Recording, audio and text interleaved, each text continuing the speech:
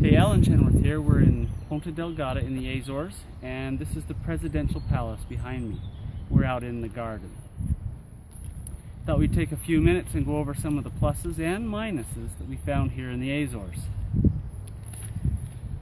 The first thing that we liked about the Azores is the food. Here in the Azores, the climate is really temperate, kind of moderate. It's never really hot, it's never really cold.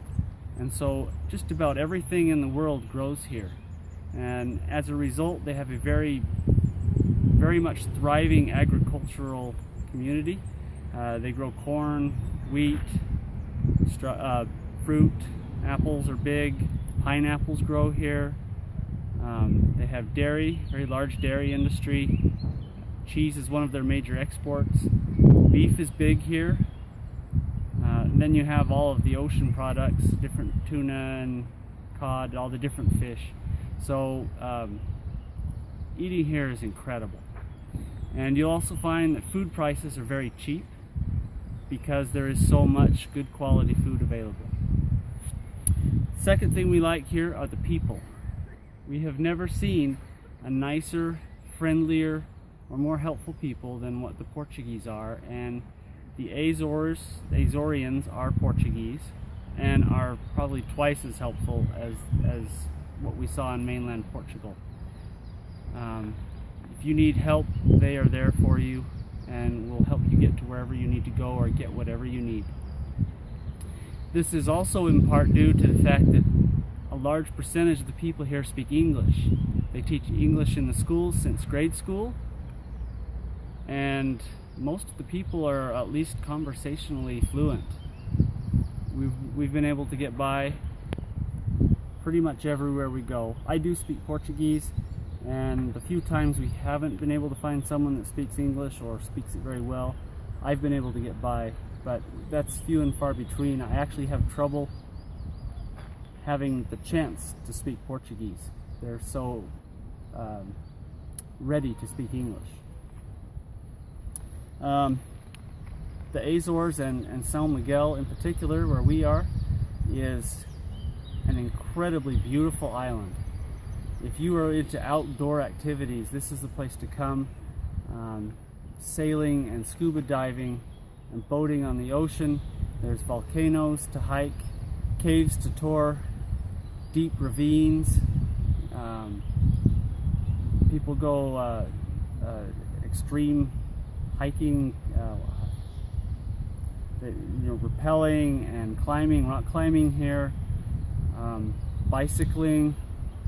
If you want outdoor activities, this is the place to come. We did a trail up to a waterfall near Ponta Delgada that was spectacular. The island I mentioned is volcanic. There are hot springs all over the island, and we're on Sao Miguel. There's hot springs on the other islands as well, many of them. And hot spring resorts, they're cheap. I think we paid €2 or €3 to get in and spend the afternoon in Basil Hot Spring in the area of Furnace. Spectacular pools, waterfalls that are warm. Great place to come.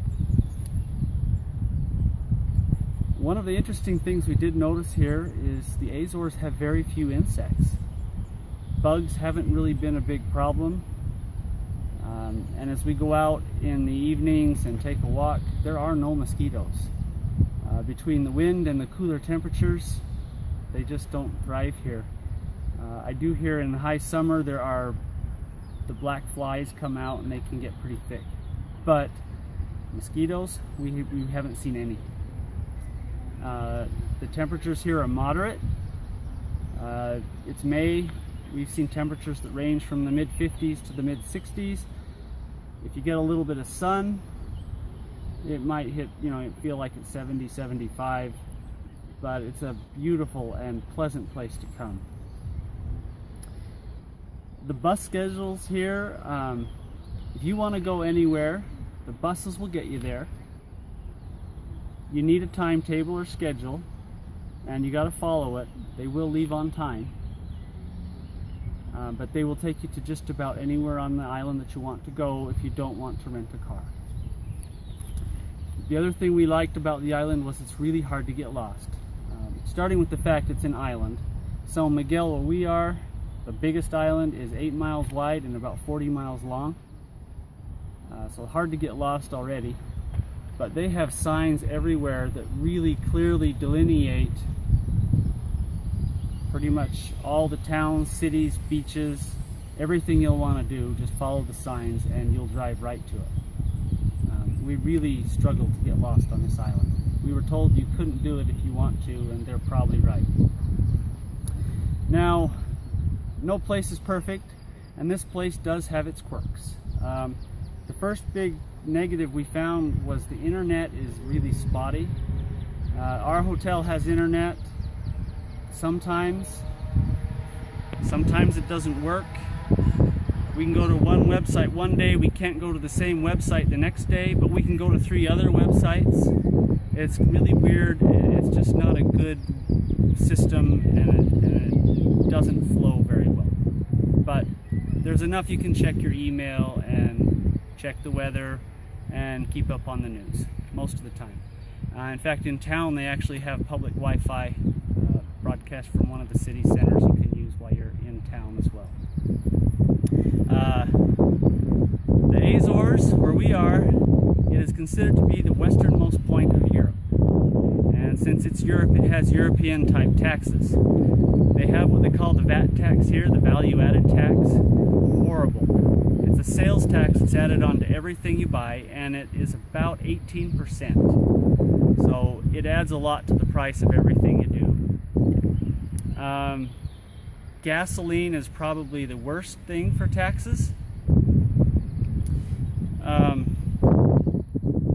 We fueled up the car and it cost us, I think it was $1.25 per liter of gasoline. It was the gasoline 95. Now I know price of oil's down. I think it's 40 bucks a barrel, give or take. Well, their price of gasoline didn't drop because most of that $5 to $6 a gallon is tax, and the taxes haven't changed. And if you think the taxes on gasoline are high, look at oil. We bought a quart of oil. 1 quart cost us 16.75 euros, or close to 20 bucks for a quart of oil. Rental car was a quart low, so we had to do it. But taxes here are very, very high. In fact, I think we paid an 80 euro tax for our rental car, and we had for 4 days. So we paid close to $25 a day just in taxes on our rental car. Speaking of cars, rental cars themselves are expensive. They advertise them for anywhere from $20 to $40 a day. However, that doesn't take into account the taxes and fees.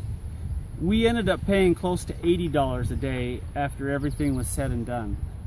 And that included a mileage charge. They do have unlimited miles cars, but we bought online.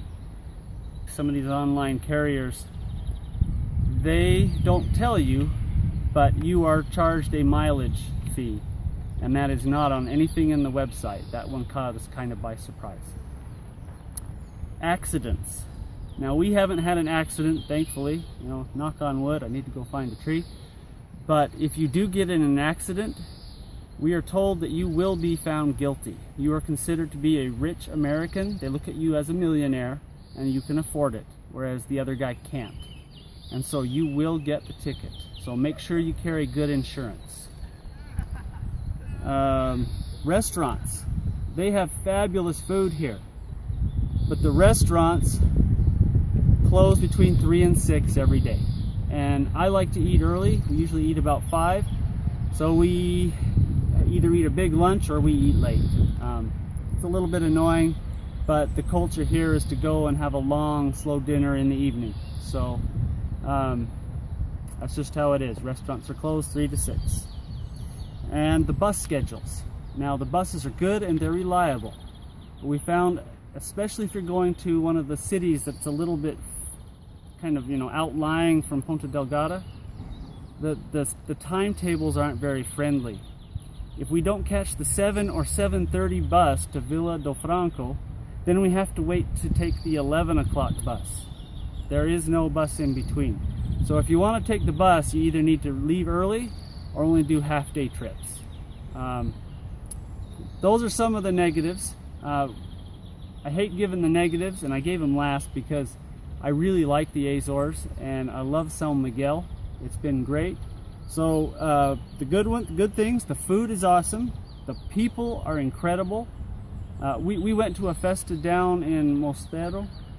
We were just walking through the streets and we met a guy and, hey, come to our festa tonight. And we stopped in and they fed us. It was some of the best food we have ever eaten. And the people were amazing. The natural beauty here, you can't beat it anywhere in the world. And if you come in, the flowers grow all year, but if you come in the spring, they're spectacular. Hot springs, you got to check out the hot springs, and there's a lot of them. We went to one on the coast where we actually got in the hot spring in the ocean. Everyone does speak English. You can get around just fine without Portuguese. There aren't any bugs. The buses will take you where you need to go at a reasonable price, and it is extremely hard to get lost. Just remember, internet spotty, taxes are high. If there's an accident, you will be found at fault. Car rental is expensive. Restaurants close 3 to 6, and the bus schedules, you got to plan ahead and go with their timetables. They're a little bit difficult, but they are workable. And I hope you can find the time to make a trip to the Azores. It will be worth your visit.